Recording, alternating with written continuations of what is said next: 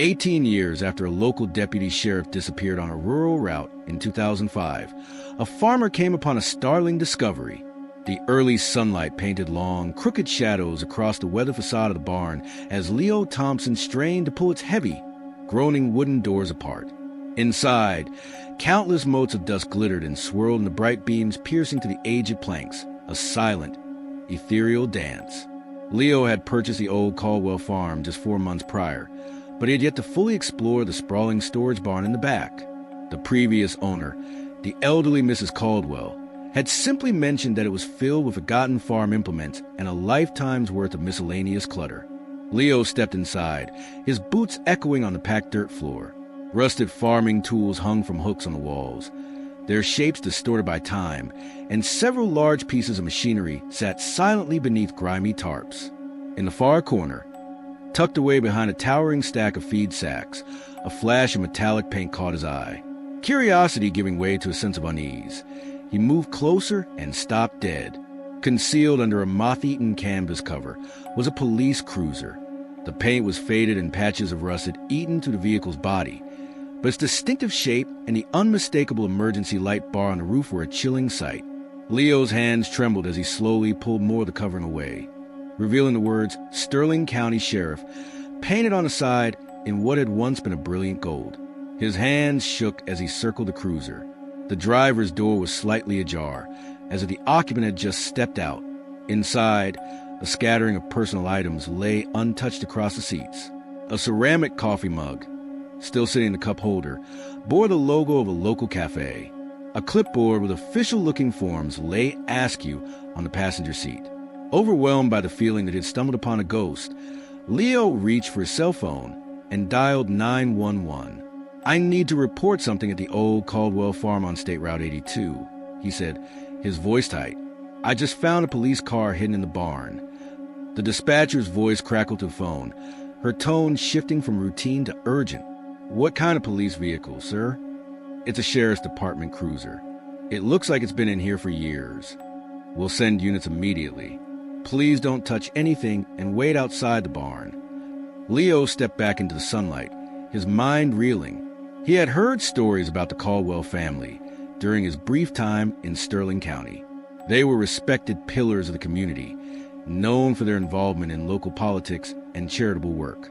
This discovery made no sense at all. 20 minutes later, Sheriff Anna Cole arrived with 2 deputies. She was a tall woman in her mid-50s with her graying hair pulled back into a practical bun. Leo had met her briefly during the property purchase process. "Mr. Thompson, I'm Sheriff Cole," she said, her expression a mix of professionalism and shock. "Can you show me exactly what you found?" Leo led them to barn. Sheriff Cole examined the cruiser carefully, taking a series of photos with her phone. She peered through the windows without touching anything, then turned to Leo, her expression now grim. "This is Unit 247. It belonged to Deputy Sam Miller, who disappeared in 2005. We never found his patrol vehicle. What happened to him?" Leo asked, his voice barely a whisper. He was responding to a domestic disturbance call on October 2nd, 2005. The call came at around 11 p.m. Dispatch lost radio contact with him around midnight. "We searched for weeks but never found any trace of him or his vehicle." Deputy Evans, one of the responding officers, spoke up. "Sheriff, there's something else." He held up an evidence bag containing a small notebook. Sheriff Cole examined the bag, her eyes widening. "That's Sam's pocket notebook. He carried it everywhere." She looked at Leo. "Mr. Thompson, we need to treat this as a crime scene. I'm going to need you to stay available for questions." "Of course, but I don't understand," Leo said. "Why would the Caldwells have Deputy Miller's car?" "That," Sheriff Cole said, "is exactly what we're going to find out." The crime scene investigation team arrived within an hour. They photographed every inch of the barn and began meticulously processing the cruiser. Leo watched from the farmhouse porch as technicians in white coveralls methodically documented the scene. Sheriff Cole approached him around noon. "Mr. Thompson, I need to ask you some questions." "How well did you know the Caldwell family?"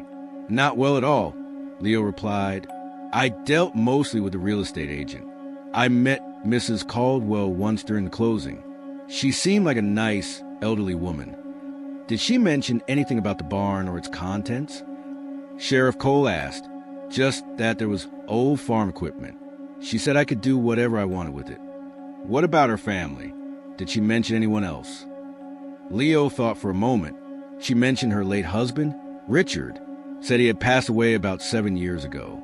There was also a son, but she said he lived out of state. Sheriff Cole made notes.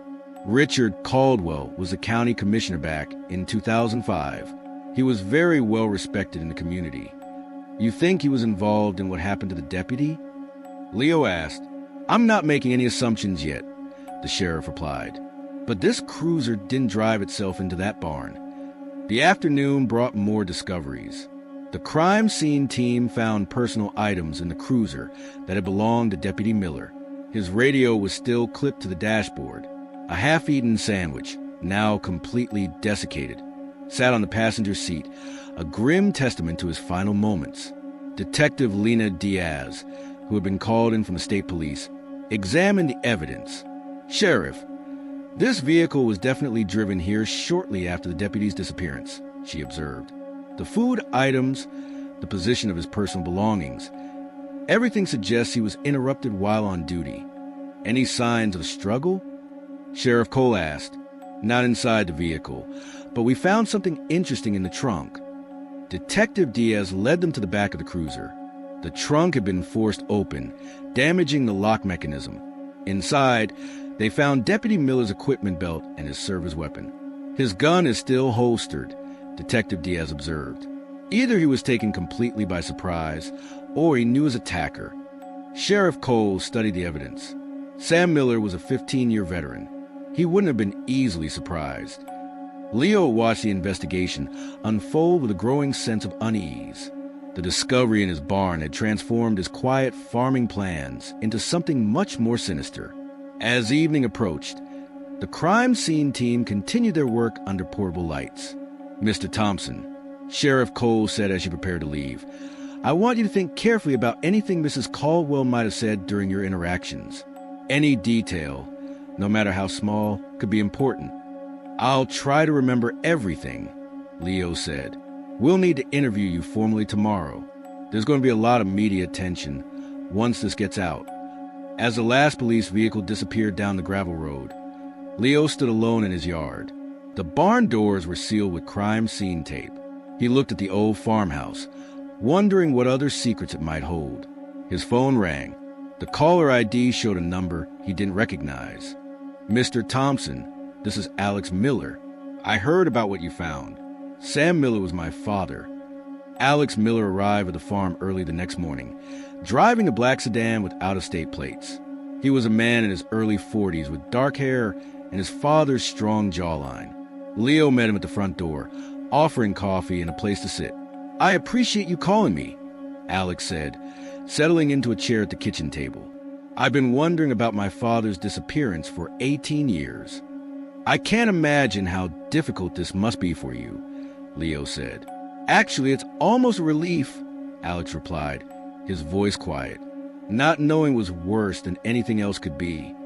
Sheriff Cole arrived shortly after, bringing with her a thick file folder. Mr. Miller, I'm sorry we have to meet under these circumstances, she said. I brought the original case file. I thought you might want to see what we had back then. Alex opened the file carefully. The first item was a black and white photograph of Deputy Sam Miller in uniform. He was smiling, looking confident and professional. I was 25 when he disappeared, Alex said quietly. I had just finished law school and was working in the city. I kept expecting him to call or just come home. Sheriff Cole spread out the case documents. The last radio contact was at 11:47 p.m. on October 2nd, 2005. Your father was responding to a domestic disturbance call at 7:01 Birch Lane when he didn't report his arrival after 30 minutes. Dispatch tried to reach him, but there was no response. Who made the domestic disturbance call? Alex asked. That's where it gets interesting, Sheriff Cole said. We can never trace the call. The phone number given was disconnected, and the address was vacant. Leo leaned forward. So, someone lured him to that location. That's what we suspected, the sheriff confirmed. We found tire tracks at the scene, but in 2005, forensic technology was limited. We couldn't determine much from them. Detective Diaz joined them, carrying her own files. I've been reviewing the original investigation. There were some interesting aspects that weren't fully explored, such as the timing. October 2nd, 2005, was also the night of the monthly county commissioner meeting. Richard Caldwell was at that meeting until approximately 11 p.m. Alex studied the timeline. So he would have been driving home around the same time my father was responding to the call. State Route 82 passes directly by the Caldwell farm. It's the main route from the county courthouse to most of the rural areas. Sheriff Cole pulled out a map. Your father was last seen at the courthouse around 10:30 p.m. He was talking to several people after the meeting ended. Who? Richard Caldwell, Judge Michael Thompson, and County Attorney Greg Hughes, Detective Diaz said. They were discussing upcoming budget allocations for the sheriff's department. Detective Diaz made notes. Mr. Miller, did your father ever mention any problems at work? Conflict with other officials? Not specifically, Alex said, but he had mentioned that there were some disagreements about law enforcement priorities in the county. What kind of disagreements? Detective Diaz pressed. Alex thought carefully. He felt that some influential people were getting preferential treatment. He never named names, but he said it was becoming a problem. Leo listened to the conversation with growing concern. Are you saying Deputy Miller might have been investigating corruption? It's possible, Sheriff Cole said. Sam was known for his integrity. If he had evidence of wrongdoing, he would have acted on it. Detective Diaz pulled out another document. I found something in the evidence from the cruiser. The notebook under the seat contained some interesting entries. She opened the evidence bag and carefully removed a small notebook. The pages were yellowed but still readable. She turned to entries dated September and October of 2005. September 27th. RC meeting with contractors again. Same company as before. Need to verify permits. September 29th. License plate checks on vehicles at RC property. 2 registered to out-of-state companies. October 1st. Documents requested from county clerk. Will review tomorrow. RC would be Richard Caldwell, Sheriff Cole said. Alex studied the entries, his hands tightening into fists. My father was investigating him for something.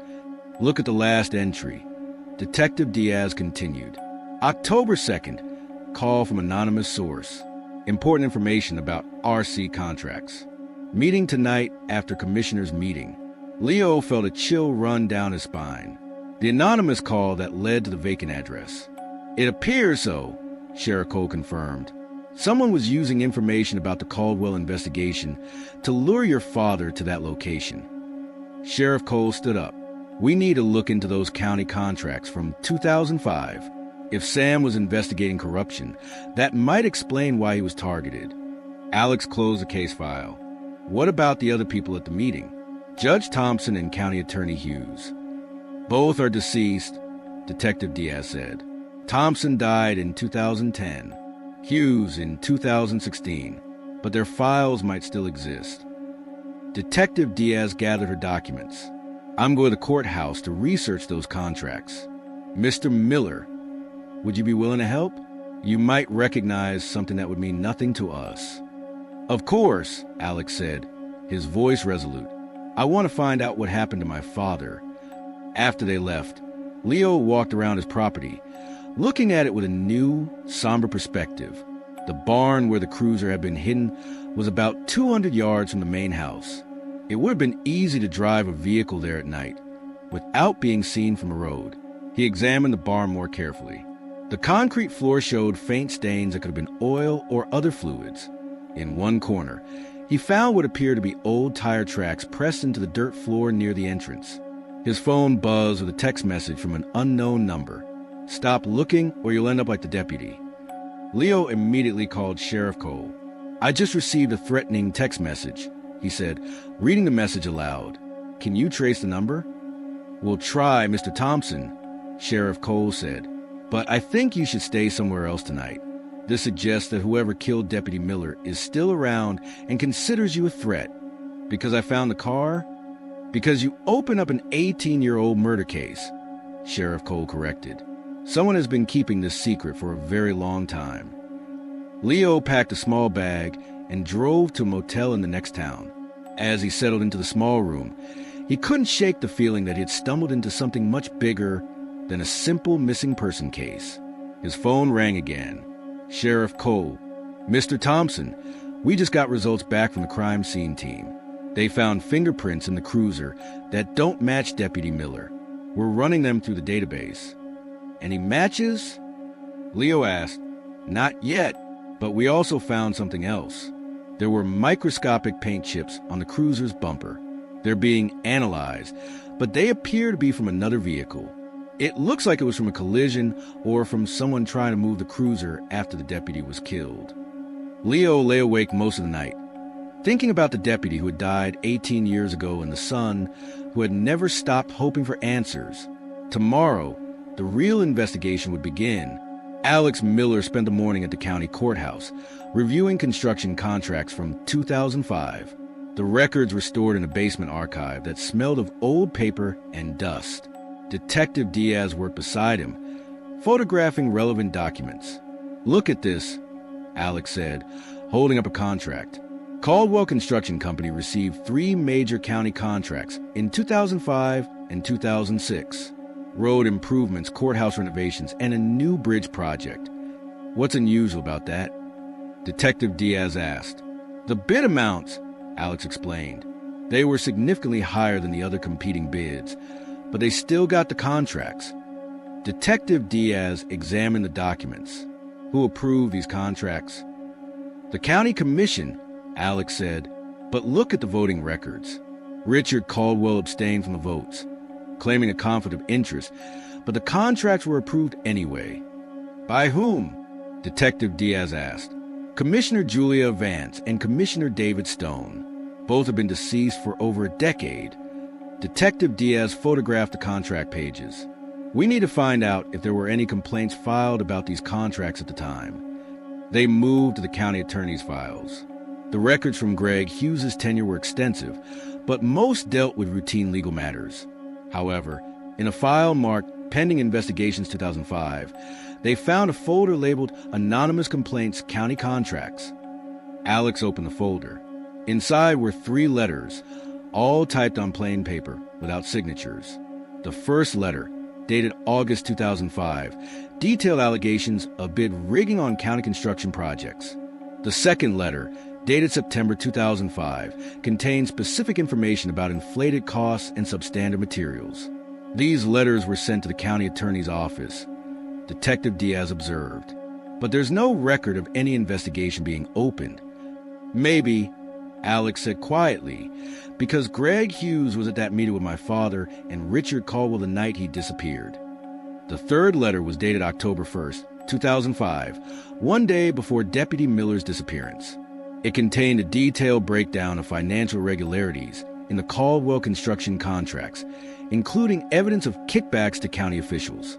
This is what your father was investigating, Detective Diaz said, her voice grim. Someone was feeding him information about the corruption. Alex's phone rang. Sheriff Cole was calling. We got a match on the fingerprint from the cruiser, she said. They belonged to Daniel Caldwell, Richard's son. I thought he lived out of state, Alex said, his voice laced with confusion. He does now. But in 2005, he was living at home and working for his father's construction company. Detective Diaz took the phone. Do we have a current address for Daniel Caldwell? Austin, Texas, Sheriff Cole replied. I've contacted Austin PD to locate him for questioning. Alex felt a mixture of anger and satisfaction. After 18 years, they finally had a suspect. There's more, Sheriff Cole continued. The paint chips from the cruiser match a 2004 Ford pickup truck. We're checking vehicle registrations from that time period. Any luck with the threatening text message Leo received? Alex asked. The phone was a disposable cell purchased with cash. No way to trace it.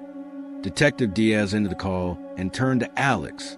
We need to interview people who were around in 2005. Someone must have seen or heard something. They drove to the Sterling Cafe, a local establishment that had been serving the community for decades. The owner, Martha Lane, was a woman in her 70s who remembered everyone who had ever eaten in her restaurant. "Of course, I remember Sam Miller," she said, refilling their coffee cups. "He ate lunch here almost every day. Good man. Never believed he just disappeared." "Did he seem worried about anything in the weeks before he vanished?" Martha considered the question. "Now that you mention it, he had been asking questions about the Caldwell family. Want to know about their business dealings, who they associated with." "What did you tell him?" Alex asked. That Richard Caldwell was a respected man, but his son Daniel was trouble, always getting into fights, drinking too much. Richard had to bail him out of jail more than once. Alex leaned forward. "What kind of trouble?" "Bar fights mostly, but there were rumors about him being involved in other things. Drugs, maybe. Your father was interested in those rumors." "Did Deputy Miller ever mention specific concerns about the Caldwells?" Detective Diaz asked. "He asked me if I'd ever seen Daniel with any out-of-town visitors," Martha said. "He said he was checking on some business matters." "Did you see Daniel with strangers?" "A few times," Martha replied. "Men in expensive suits who didn't look like they belonged in Sterling County. They'd meet at a table in the back corner, always talking quietly." "When was the last time you saw these meetings?" Detective Diaz asked. Martha thought carefully. "Early October 2005, maybe a week before Sam disappeared." They thanked Martha and drove to the local bank. The president, Frank Wells, had been the loan officer in 2005. He remembered the Caldwell Construction Company well. "They were good customers," he said. "Always paid their loans on time. But there were some irregularities in their accounts that concerned me." "What kind of irregularities?" Alex asked. "Large cash deposits that didn't correspond to their known projects. When I asked Richard about them, he said they were from private contracts outside the county." Alex studied the bank records that Frank provided. "These deposits total over $300,000 between 2004 and 2005. That's a lot of money for a small construction company." "That's what Deputy Miller said when he came to ask questions," Frank said. Detective Diaz looked up sharply. "Sam Miller was here investigating the Caldwell accounts?" "Yes," Frank confirmed. "About 2 weeks before he disappeared. He had a court order to examine their banking records. He photocopied several documents and left. That was the last time I saw him." As they left the bank, Alex's phone rang. It was Sheriff Cole. "Austin PD located Daniel Caldwell. He's agreed to come back voluntarily for questioning. His flight arrives tomorrow morning." "Did they say anything about his reaction?" Alex asked. He seemed nervous but not surprised, like he'd been expecting this call for 18 years. That evening, Alex met Leo at the motel restaurant. They sat in a corner booth, both men trying to process the day's revelations. "I keep thinking about your father," Leo said. "He was getting close to exposing a major corruption scheme, close enough to get killed for it." "The question is how many people were involved," Alex replied. "It couldn't have been just the Caldwells." Alex pulled out his father's notebook, which Detective Diaz had allowed him to review. According to these notes, he suspected that the corruption went all the way to the county attorney's office. Greg Hughes, maybe. Or maybe Hughes was investigating it too, Leo said, and that's why he died so young. "What about Judge Thompson?" Alex asked. "I don't know, but I'm starting to think this wasn't just about construction contracts. The amount of money involved, the out-of-town visitors, the elaborate cover-up, this feels like something bigger." "Like what?" Leo asked. "Drug trafficking, money laundering," Alex said. "Maybe the construction company was being used as a front for other criminal activities." Alex's phone buzzed with another text message. This time it was from a number he recognized as Detective Diaz's. "Pain analysis complete. The Ford pickup was registered to Daniel Caldwell. We have him." For the first time in 18 years, Alex felt like justice for his father might finally be possible. Daniel Caldwell arrived at Austin Bergstrom International Airport on a Tuesday morning flight. He was a heavy-set man in his late 50s with graying hair and nervous eyes. Detective Diaz and an Austin police officer met him at the gate. "Mr. Caldwell, I'm Detective Diaz. Thank you for agreeing to come back voluntarily." "I figured this day would come eventually," he said, his voice flat. "The flight to the regional airport near Sterling County took 3 hours." Daniel said little during the journey. Staring out the window at the landscape below, Detective Diaz studied him, noting his fidgeting hands and frequent glances at his phone. Sheriff Cole met them at the airport. "Mr. Caldwell, I'm Sheriff Cole. I need to inform you that you're being questioned in connection with the disappearance of Deputy Sam Miller. I understand. You have the right to an attorney. Do you want one present?" Daniel considered this. "Not yet. I want to hear what you think you know." First, they drove to the sheriff's department, a modern building that had been constructed in the 2010s. Daniel looked around the town as they passed through the main street, noting the changes that had occurred during his absence. "Sterling County's grown," he said. "Population doubled since I left. A lot of new developments," Sheriff Cole replied, watching him carefully in the rearview mirror. The interview room was small and windowless. Detective Diaz set up a recording device while Sheriff Cole arranged the case files. Daniel sat across from them, his hands folded on the table. "Let's start with October 2nd, 2005. Detective Diaz began. Where were you that night?" "At home. My father was at the county commissioner's meeting." "Can anyone verify that?" "My mother was alive then. She could have, but she died in 2012. Sheriff Cole opened the file. "We found your fingerprints in Deputy Miller's patrol cruiser."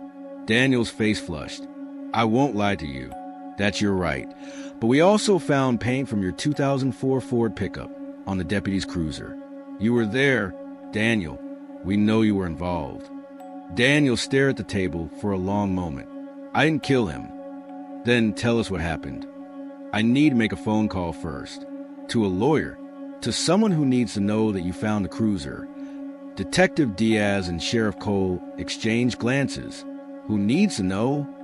"The person who's been paying me to keep quiet for 18 years.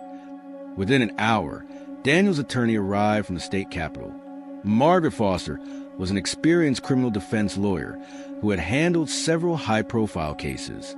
She spent 30 minutes with her client before agreeing to continue the interview. "My client is prepared to cooperate," she said, "but he wants immunity from prosecution in exchange for his testimony." "That depends on what he has to say," Detective Diaz replied. Daniel looked at his attorney, who nodded. "I was there the night Deputy Miller disappeared, but I didn't kill him."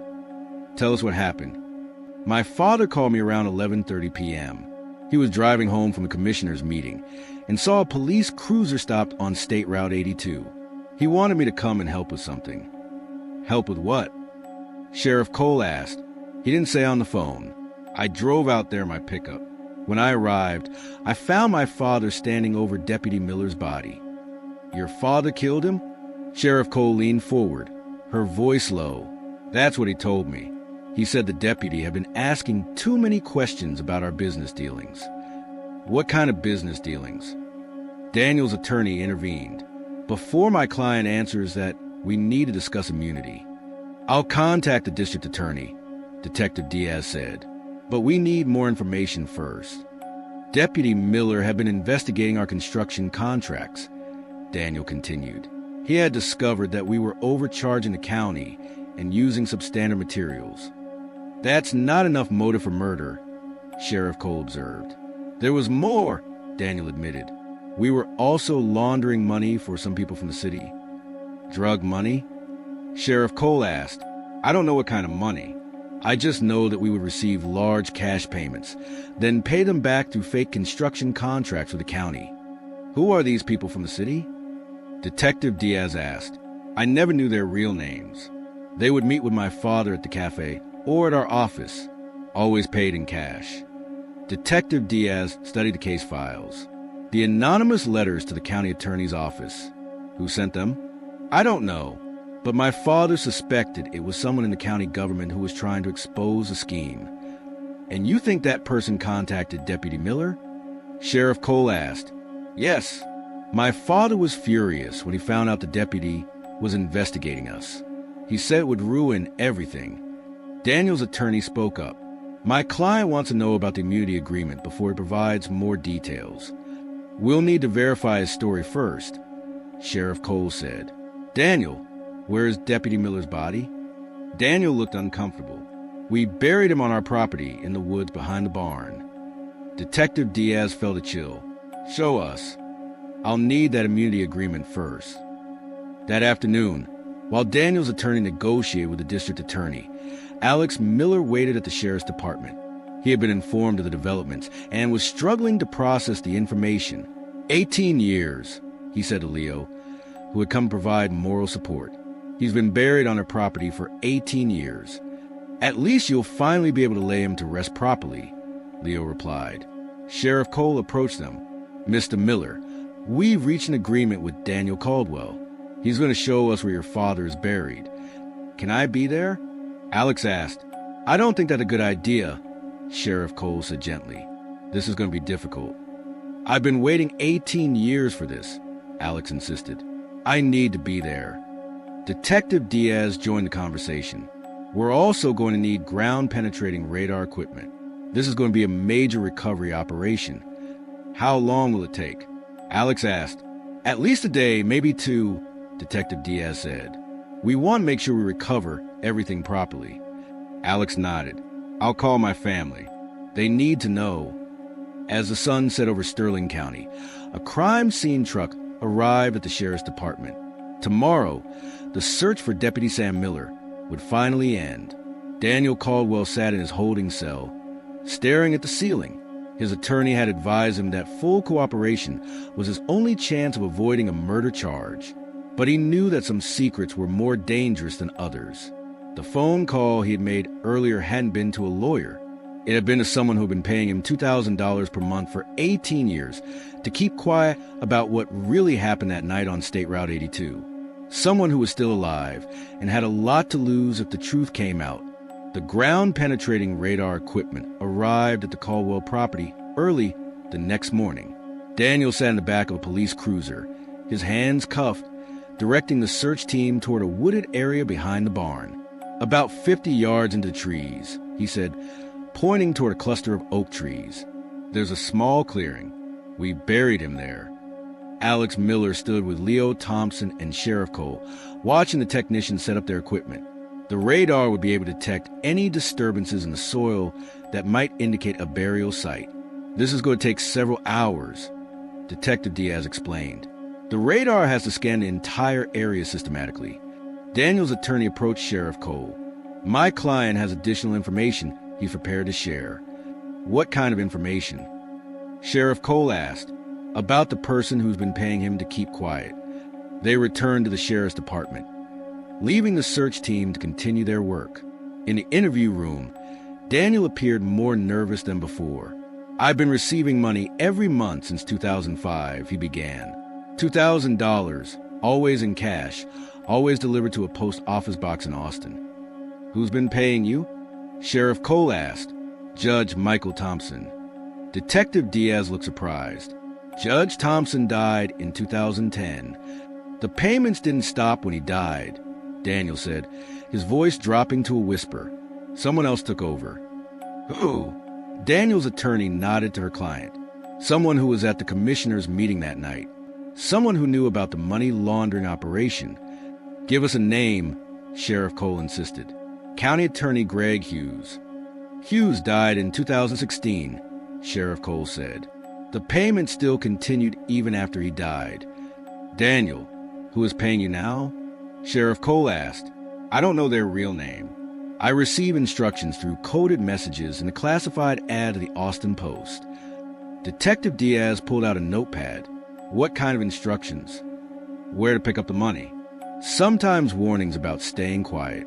Last month, I received a message that someone was getting close to the truth. What did the message say specifically? Daniel reached into his pocket and pulled out a small piece of paper. I kept this one. It said, Farmer found package. Problem must be resolved. Maintain silence or face consequences. Leo felt a chill. That was about me, he said. About me finding the patrol cruiser. Someone knew you were getting close to discovering the truth. Daniel confirmed. Sheriff Cole studied the message. The classified ads are paid for with cash. No way to trace them, but whoever is placing them has to be local. They need to know what's happening in Sterling County. Daniel's attorney spoke up. My client believes the person currently paying him was involved in the original money laundering scheme. Who else would have known about it? Someone in the county government. Maybe someone who's still alive and still in a position of power. Alex had been listening quietly. Who else was at the commissioner's meeting that night? Sheriff Cole checked her notes.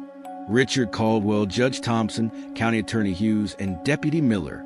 But there would have been other county employees present. What about the county clerk? The treasurer?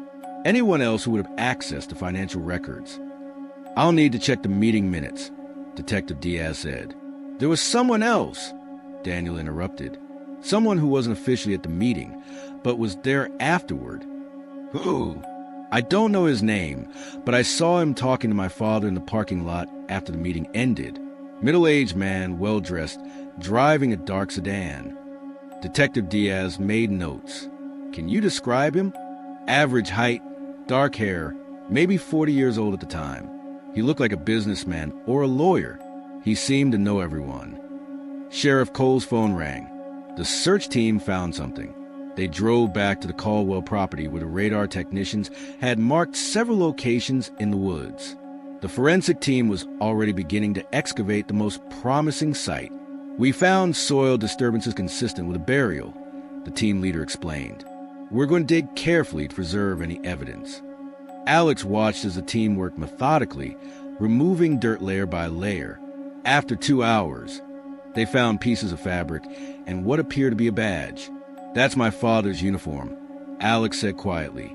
The excavation continued for another hour before they uncovered human remains. The county coroner was present to oversee the recovery and ensure proper documentation. I'll need to do a full examination, the coroner explained. But the preliminary assessment suggests these are the remains of an adult male who died approximately 15 to 20 years ago. Alex felt a mixture of grief and relief. After 18 years, his father was finally coming home. As the recovery operation continued, Sheriff Cole received a phone call. That was the state crime lab. They've identified the person who's been sending the threatening messages. Who is it? Alex asked, his heart pounding.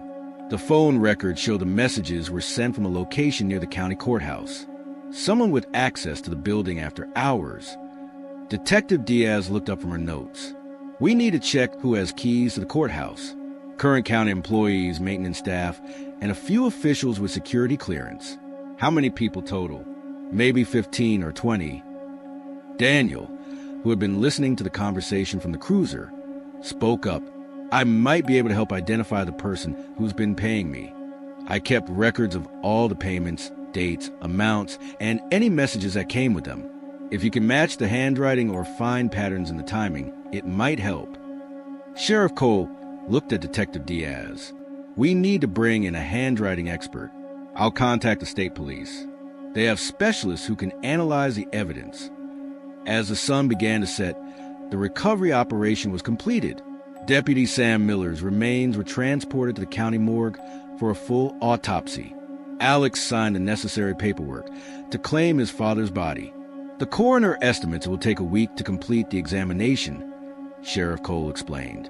But you can begin making funeral arrangements. Alex nodded. I want to give him a proper burial.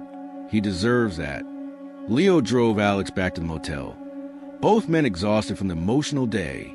As they pulled into the parking lot, Alex's phone rang. Mr. Miller, this is County Commissioner Julia Vance. I heard about the discovery of your father's remains. I wanted to express my condolences. Thank you, Commissioner, Alex said. I also want to let you know that I've been following the investigation closely. If there's anything I can do to help, please let me know. After ending the call, Alex looked at Leo. Commissioner Vance. That name sounds familiar. From where? Leo asked. The county records we reviewed. She was one of the commissioners who approved the Caldwell construction contracts. Leo felt a chill. She's still alive and still in office, and she just called to offer her help. They sat in the car for a moment, both men realizing that the investigation was far from over. Someone was still out there, still covering up the truth about what happened 18 years ago. Commissioner Julia Vance arrived at the sheriff's department the next morning, accompanied by her assistant and a folder of documents. She was a woman in her late 60s with silver hair and a professional demeanor. "Sheriff Cole, I brought some files that might be relevant to your investigation," she said, settling into a chair in the conference room. Records from the county commission meetings. In 2005, Alex and Detective Diaz were also present, along with Daniel Caldwell and his attorney.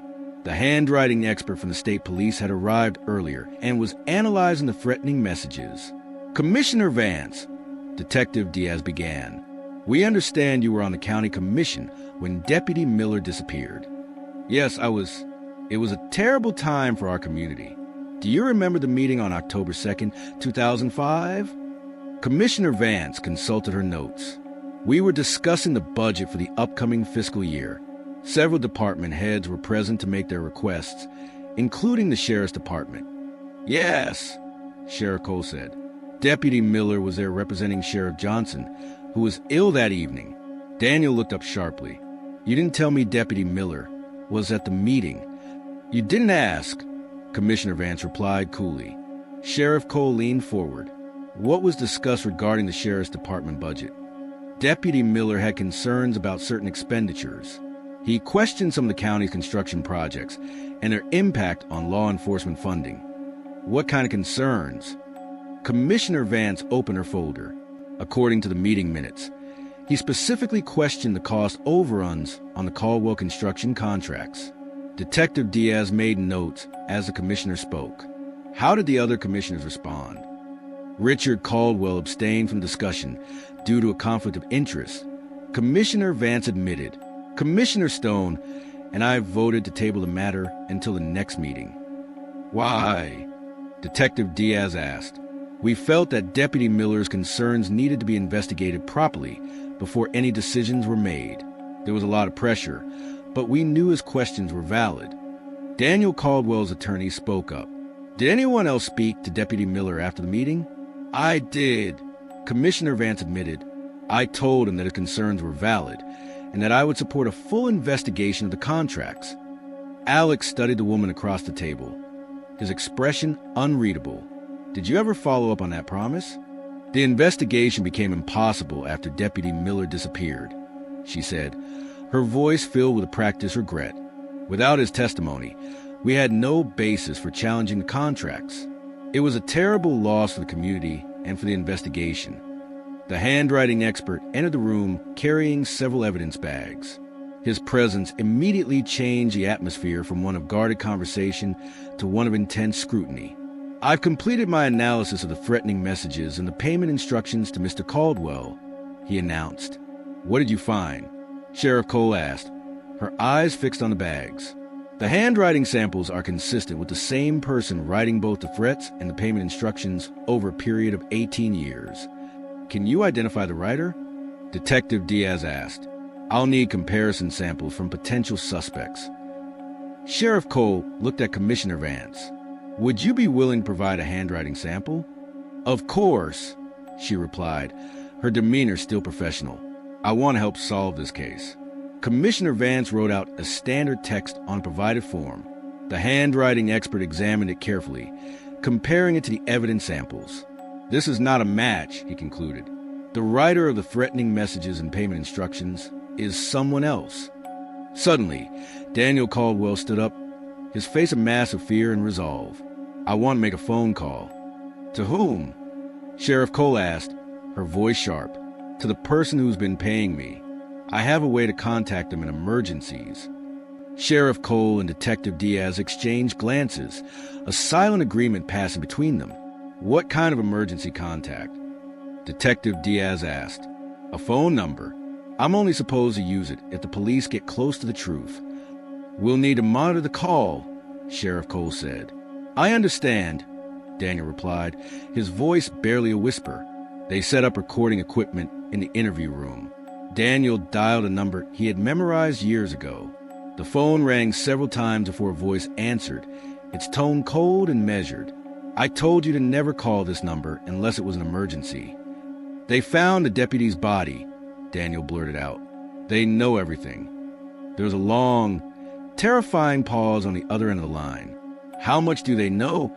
The voice asked, a new tension in its tone. About the money laundering? About my father killing the deputy? About the payments to me? Do they know about me? Daniel asked, his voice trembling. Not yet, but they're getting close. Meet me at the old location tonight. Midnight. The line went dead. Daniel looked at the investigators, his eyes wide with fear. They want to meet where? The same place where we buried Deputy Miller, he said, in the woods behind the barn. Detective Diaz immediately realized the implications of the meeting. It's a trap, she said, her eyes flashing. They want to kill you to silence you permanently. Maybe, Daniel replied, his fear giving way to a desperate courage. But it's also our only chance to catch them. Sheriff Cole made the final decision. We'll set up surveillance. Daniel, you'll wear a wire and go to the meeting. We'll be close enough to protect you. Daniel's attorney protested. This is too dangerous for my client. It's the only way to identify the person who's been covering up this crime for 18 years. Sheriff Cole replied, her tone brooking no argument. That evening, the tactical team set up positions in the woods around the Caldwell property. Daniel wore a small recording device and was equipped with a tracking beacon. Alex Miller insisted on being present despite Sheriff Cole's objections. This is about my father, he said, his eyes filled with a fierce determination. I need to be here. At 11:45 p.m., Daniel walked into the woods toward the clearing where Deputy Miller had been buried. The tactical team could hear everything through his wire. I'm here, Daniel called out softly.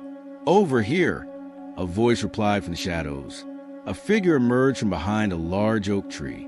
In the pale moonlight, Alex could see it was a man in his late 60s, well-dressed despite the late hour. You said they know everything, the man said, his voice calm but laced with venom. The sheriff has the deputy's body, my confession, and evidence of the money laundering. What about the payments to you? The man asked. They know about those, too. They're trying to trace them back to you. The man began to pace nervously, his steps crunching on the fallen leaves. This is what I was afraid of. When that farmer found that patrol cruiser, I knew it was only a matter of time. Who are you? Daniel asked, following his instructions to get the man to identify himself. You know who I am. I've been protecting both of us for 18 years. We had an arrangement. Say your name, Daniel insisted. County Attorney Greg Hughes. Alex felt a shock run through him. Greg Hughes was supposed to be dead. You're supposed to be dead, Daniel said, echoing Alex's thoughts. I faked my death in 2016, Hughes admitted, a dark smile on his face. Too many people were getting suspicious about the money laundering operation. I had help. Someone who owed me a favor switched the dental records and cremated a John Doe body. I've been living under a false identity ever since. Sheriff Cole's voice came through the radio. We've got him. Move in. The tactical team emerged from their hiding places, surrounding Hughes. He tried to run but was quickly subdued. Greg Hughes, you're under arrest for the murder of Deputy Sam Miller and for money laundering, Sheriff Cole announced, as Hughes was led away in handcuffs. He looked back at Daniel with a chilling smile. You have no idea what you've done. There are others involved in this. People with more power than you can imagine. Who? Daniel called out. But Hughes was already being placed in the patrol car. His 18-year-old secret was finally exposed. Alex stood in the clearing where his father had been buried, feeling a mixture of relief and anger. The man responsible for his father's death was finally in custody, but the investigation was far from over. There are others, he said to Sheriff Cole. Hughes said there are others involved. We'll find them, she replied. All of them. Greg Hughes sat in the interview room, his hands cuffed to the table. Detective Diaz had been questioning him for 2 hours, but he remained mostly silent, responding only through his attorney.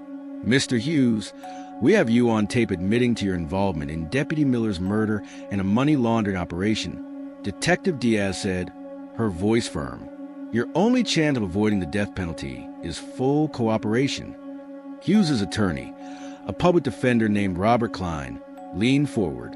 My client is willing to discuss a plea agreement in exchange for information about other participants in the criminal enterprise. What kind of information? Sheriff Cole asked. Hughes spoke for the first time. The money laundering operation involved more than just the Caldwell Construction Company. There were other businesses, other county officials, and connections to organized crime in the city. Sheriff Cole entered the room. How many other people are we talking about? At least a dozen, maybe more. Give us names. Hughes' attorney intervened. Not until we have a written plea agreement. I'll contact the district attorney, Sheriff Cole said, but we need something to show good faith. Hughes considered this. Judge Michael Thompson was the key figure. He controlled the whole operation from his position on the bench. Thompson died in 2010, Sheriff Cole said. No, he didn't, Hughes replied. Like me, he faked his death when things got too hot. Detective Diaz felt a chill. Where is he now? I don't know. We haven't had contact since 2016. Who else is involved? Hughes looked at his attorney, who nodded. County Treasurer Dorothy Kim. She helped funnel the money through county accounts. She's still alive and still in office, and still involved. She's been helping maintain the cover-up. Sheriff Cole stood up. We need to bring her in immediately. You won't find her, Hughes said with a smirk. When I was arrested last night, I sent out a warning to everyone still involved. They're all running by now. What kind of warning? Detective Diaz asked. A coded message through the same classified ad system we've been using for years. It means that law enforcement has identified the operation, and everyone needs to disappear. Detective Diaz grabbed her phone. I'll call the state police. We need to put out a bolo on all the suspects. It's too late, Hughes said. They've had 18 years to prepare escape plans. Sheriff Cole contacted the state police and FBI, requesting assistance in locating the fleeing suspects. Within an hour, roadblocks were set up on all major highways leading out of the county. Alex Miller waited in the sheriff's department lobby, watching the flurry of activity. Leo sat beside him, both men trying to process the rapidly expanding investigation. I can't believe how many people were involved, Alex said. Your father must have been getting close to exposing all of them. That's why they had to kill him. He was about to blow up the entire operation. Detective Diaz approached them. We just received word that Dorothy Kim never went home last night. Her neighbors saw her loading suitcases into her car around midnight. Any idea where she went?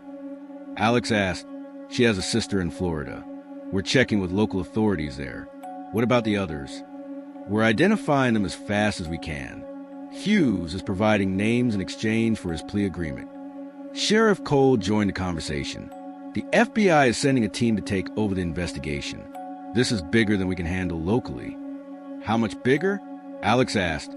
Hughes claims the money laundering operation processed over $10 million between 2004 and 2016. That's organized crime territory. Alex felt a wave of anger wash over him. My father died because he was trying to stop criminals from stealing from the community he served. He was a hero, Sheriff Cole said, and his investigation is finally bringing them to justice. That afternoon, the FBI team arrived. Special Agent Sarah Martinez took charge of the investigation, coordinating with local law enforcement to track down the fleeing suspects. We've identified 7 individuals who were part of the conspiracy, Agent Martinez announced at a press conference. 3 have been arrested, 2 are deceased, and 2 are still being sought. Who's unaccounted for? Alex asked. Judge Michael Thompson and Commissioner Julia Vance. Agent Martinez replied. If they're still alive, there are primary targets. Daniel Caldwell was transferred to federal custody, where he continued to provide information about the conspiracy. His cooperation had earned him a reduced sentence, but he would still face significant prison time. Thompson was a mastermind, Daniel told the FBI agents. He used his position as judge to protect the operation and eliminate threats. How did he eliminate threats? Agent Martinez asked. He would arrange for cases to be dismissed, evidence to disappear, or witnesses to be discredited. When that didn't work, he would arrange for more permanent solutions, like killing Deputy Miller. That was supposed to be a last resort, but Deputy Miller was too honest to be bought off or scared away. "Do you know how to contact Thompson?" Agent Martinez asked. "No." After he faked his death, all communication went through Hughes. But Hughes might know how to reach him. They returned to Hughes's cell, where he was reviewing the proposed plea agreement with his attorney. "We need to know how to contact Thompson," Agent Martinez said. "I told you I don't know where he is." "But you know how to reach him," Agent Martinez insisted. Hughes hesitated. "There's an emergency contact protocol, but I haven't used it in years." "Use it now," Agent Martinez ordered. "Why would I do that?" Hughes's attorney interjected. "Because your plea agreement depends on full cooperation. If Thompson is still alive and still involved in criminal activity, we need to find him." Hughes's attorney reviewed the agreement. "My client will provide the contact information, but he wants additional protections. Thompson is extremely dangerous." "What kind of protections?" Agent Martinez asked. "Witness protection, a new identity, relocation to a secure facility." Agent Martinez considered this. "I'll need to make some calls." That evening, with the witness protection agreement in place, Hughes provided the contact information for Thompson. It was a complex system involving coded messages and drop points that had been designed to be untraceable. "The last I heard, he was living somewhere in the Southwest," Hughes said, "but that was years ago." "Send a message," Agent Martinez instructed. Hughes composed a coded message that would appear to be an innocuous personal ad. The message indicated that there was an emergency that required immediate contact.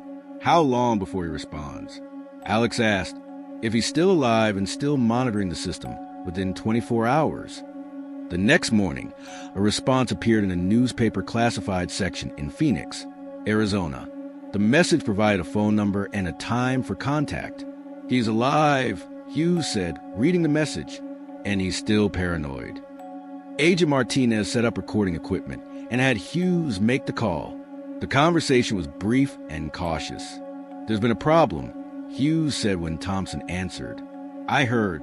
"How bad?" "They have everything. The bodies, the records, the witnesses." "Are you secure?" Thompson asked. "For now, but I need to know if the contingency plan is still in place." "Yes, same location, same procedures. I'll be there." The line went dead. Agent Martinez looked at Hughes. "What contingency plan?" If the operation was ever exposed, Thompson arranged for a final meeting location where evidence would be destroyed and loose ends would be tied up. "Where?" "An abandoned mine shaft in Nevada. Thompson owns the property under a false name." "You're going to lead us there," Agent Martinez said. Hughes's attorney protested. "This wasn't part of the plea agreement." "It is now," Agent Martinez said. "We're going to end this conspiracy once and for all." The abandoned mine was located in the Nevada desert, 60 miles from Las Vegas. FBI agents had been surveilling the property for 2 days, watching for any signs of activity. Judge Michael Thompson had not yet appeared. Hughes sat in the back of an FBI surveillance van, wearing a bulletproof vest and a wire. Agent Martinez had positioned sharpshooters on the surrounding ridges and set up a command post in a mobile unit. "Remember," Agent Martinez told Hughes, "your job is to get him talking. We need him to confess to ordering Deputy Miller's murder." "Thompson is smart," Hughes replied. "He's not going to just admit to murder." "Then make him," Agent Martinez said. "You know him better than anyone." Alex Miller had been allowed to observe the operation from the command post. Sheriff Cole stood beside him, both of them watching the monitors that showed different angles of the mine entrance. "After 18 years, this is finally ending," Alex said. "Your father will be proud," Sheriff Cole replied. "His investigation is bringing down an entire criminal organization." At 3 p.m., a dust cloud appeared on the horizon. A black SUV approached the mine, driving slowly and carefully. The vehicle stopped about 50 yards from the entrance. "That's him," Hughes confirmed, watching the monitors. Judge Michael Thompson emerged from the SUV. He was older than in the photos from 2005, with gray hair and a weathered face, but still recognizable. He wore expensive clothes and moved with the confidence of someone accustomed to power. "He's alone," Agent Martinez observed. "No security." He doesn't need security, Hughes said. He's been planning this for years. Thompson walked to the mine entrance and disappeared inside. A moment later, he emerged and signaled toward the surveillance van. He wants me to come alone, Hughes said. That's not happening. If I don't go alone, he'll leave. This is our only chance. Agent Martinez made a difficult decision. You go in, but the tactical team will be right behind you. If anything goes wrong, we move in immediately. Hughes left the van and walked toward the mine entrance. The agents could hear everything through his wire as he descended into the darkness. Hello, Mike, Hughes said. Marcus, you look terrible. Prison will do that to you. You should have been more careful. We should have shut down the operation years ago. Thompson's voice echoed in the underground chamber. Too much money was being made. Too many people depended on it, including you, especially me. Do you know how expensive it is to maintain a false identity for 24 years? Hughes looked around the chamber. Old mining equipment was scattered throughout the space, and several gasoline cans sat near the entrance. You're planning to burn this place down and everything in it, including any evidence that might still exist. What evidence? Thompson pulled out a metal box. Financial records, contact information, photographs, everything that could connect us to the city operation and Deputy Miller's murder. That was an unfortunate necessity. Sam Miller was getting too close to the truth. In the command post, Agent Martinez smiled. We have him. Thompson continued talking. I tried to have him transferred to another jurisdiction, but he refused. He was determined to investigate the county contracts. So you had him killed. I had Richard Caldwell take care of the problem. Unfortunately, Richard panicked and involved his son, which led to all of this. 18 years of careful planning, destroyed by a farmer digging in an old barn. What about the others? Hughes asked. Dorothy Kim, the city contacts. Dorothy is safe in South America. The city people cut ties with us years ago, so it's just you and me. Thompson smiled coldly. Actually, it's just me. He pulled out a gun and pointed at Hughes. You've outlived your usefulness, Marcus. The FBI is listening to everything we say, Hughes warned. I assumed they would be. That's why I brought these. Thompson kicked one of the gasoline cans. This mine shaft is going to collapse in an explosion. A very tragic accident. You'll die, too. I've been dead for 18 years. This is just making it official. Agent Martinez spoke into her radio. Moving now. Subject is armed and dangerous. The tactical team rushed into the mine shaft. In the darkness, they could hear shouting and the sound of a struggle. Then a gunshot echoed through the chamber. Hughes is down, came a voice over the radio. Subject is barricaded in the back of the mine. Agent Martinez coordinated the response. Get medical attention for Hughes. Surround the mine. Don't let Thompson escape. For the next hour, FBI negotiators tried to communicate with Thompson, but he refused to respond. Finally, they heard another gunshot from deep in the mine. Single shot, the tactical team leader reported. No further sounds. They found Thompson's body in the deepest part of the mine shaft, a self-inflicted gunshot wound to the head. Beside him lay the metal box containing 18 years of evidence. Hughes survived his gunshot wound and was taken to a hospital in Las Vegas. His cooperation had ended the longest-running criminal conspiracy in the county's history. Alex Miller stood at the mine entrance as the sun set over the Nevada desert. After 18 years, the man who had ordered his father's murder was finally dead. It's over, Sheriff Cole said. Not quite, Alex replied. I still need to bury my father. Agent Martinez joined them. The evidence in Thompson's box is going to lead to additional arrests. This conspiracy involved people in 4 states. How many more? Alex asked. At least a dozen, maybe more. Alex thought about his father, a small-town deputy who had stumbled onto a multi-million-dollar criminal operation. Sam Miller had died trying to do the right thing. And 18 years later, his investigation had finally succeeded.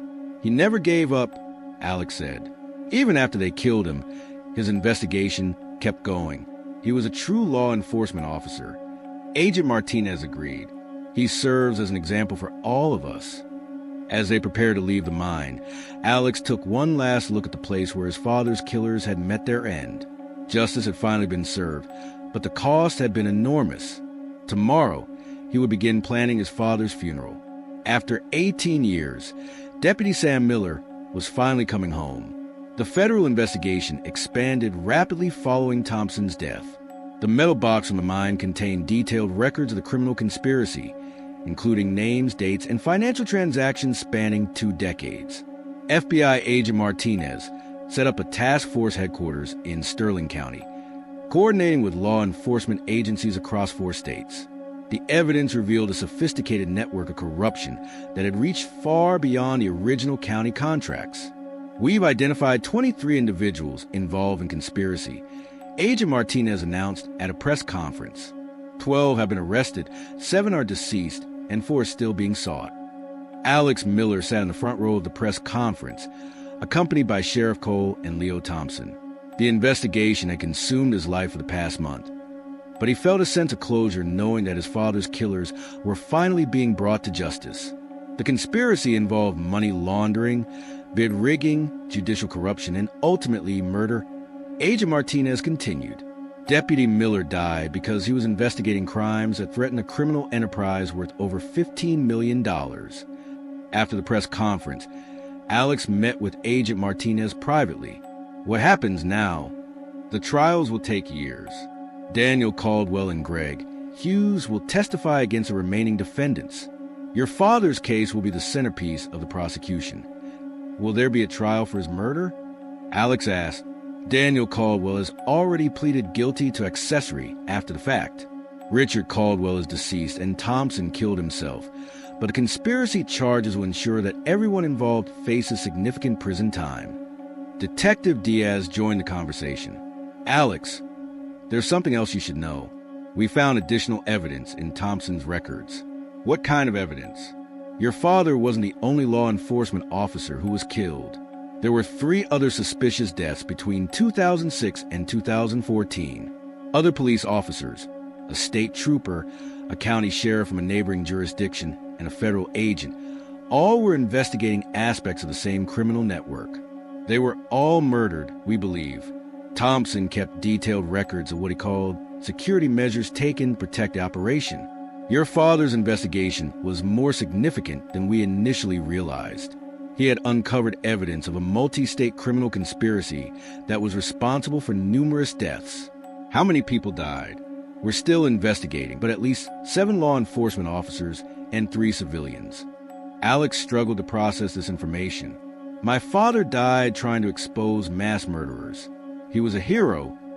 Agent Martinez said his investigation, even after his death, has brought down one of the most dangerous criminal organizations in the region. That afternoon, Alex visited the county courthouse to review the final evidence. The records room contained boxes of documents that had been seized from various locations during the investigation. County Clerk Jennifer Walsh, who had been appointed to replace officials involved in conspiracy, helped him locate his father's original investigative files. These were hidden in Judge Thompson's private office, she explained. He kept them as insurance against the other conspirators. Alex opened the file and found his father's handwritten notes detailing the investigation. The final entry, dated October 2nd, 2005, read, "Meeting tonight with anonymous source. Expect to provide definitive proof of conspiracy. If something happens to me, evidence is hidden in safety deposit box at First National Bank. Did anyone check the safety deposit box?" Alex asked, his heart pounding. "Not until last week," Jennifer Walsh said. "The FBI found it using your father's personal effects." "What was in it?" "Photographs, financial records, and audio recordings. Your father had been secretly recording meetings with county officials for weeks." Alex listened to one of the recordings. His father's voice, preserved for 18 years, described a conversation with Richard Caldwell about inflated construction contracts and payments to county officials. He knew he was in danger, Alex realized. He was building a case against all of them. "The recordings are going to be crucial evidence in the trials," Agent Martinez said. "Your father did most of the investigative work from beyond the grave." The next day, Alex held a press conference of his own. He stood at the podium in the same courthouse where his father had worked, surrounded by law enforcement officials and community members. My father, Deputy Sam Miller, was murdered 18 years ago because he was investigating corruption in this community, Alex began. He died trying to protect the citizens he had sworn to serve. The investigation that began with his disappearance has now exposed a criminal conspiracy that reached across state lines and resulted in multiple murders. The men who killed my father thought they had silenced him forever. They were wrong. Alex looked out at the crowd, which included many of his father's former colleagues and friends.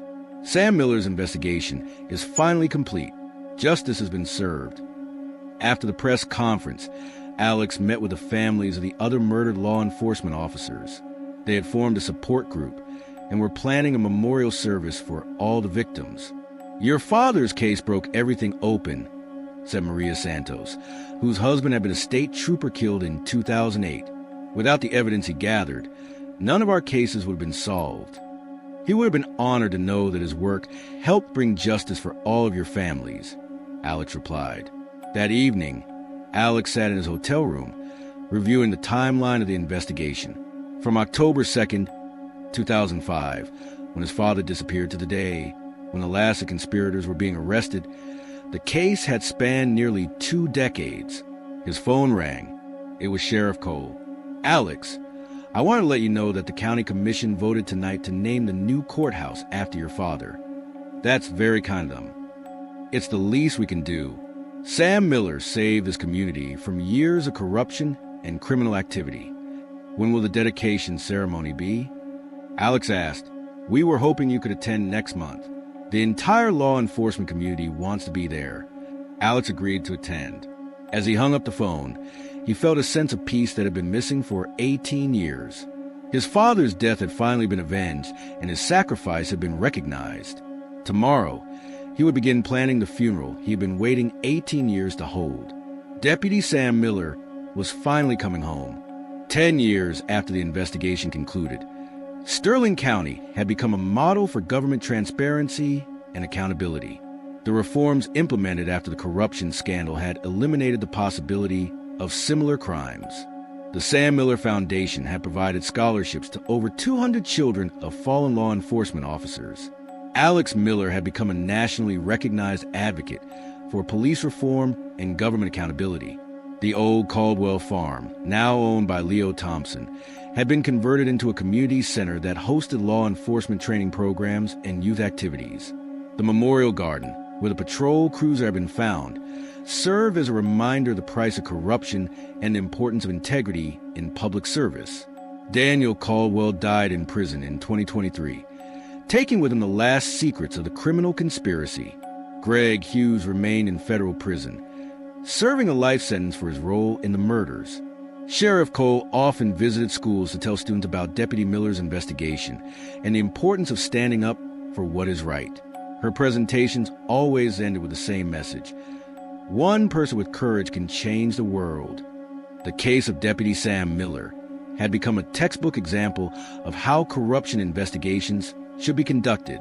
Police academies across the country studied the case as an example of dedication, persistence, and the ultimate triumph of justice. The deputy who had vanished on a country road in 2005 had become a symbol of everything that was good and honorable about law enforcement. His investigation, which had continued for 18 years after his death, had saved lives and protected communities. Sam Miller's legacy lived on in the officers he had inspired, the reforms he had made possible, and the justice he had ultimately achieved. He had proven that truth and justice, though sometimes delayed, would always prevail. His sacrifice had not been in vain. His memory would endure forever.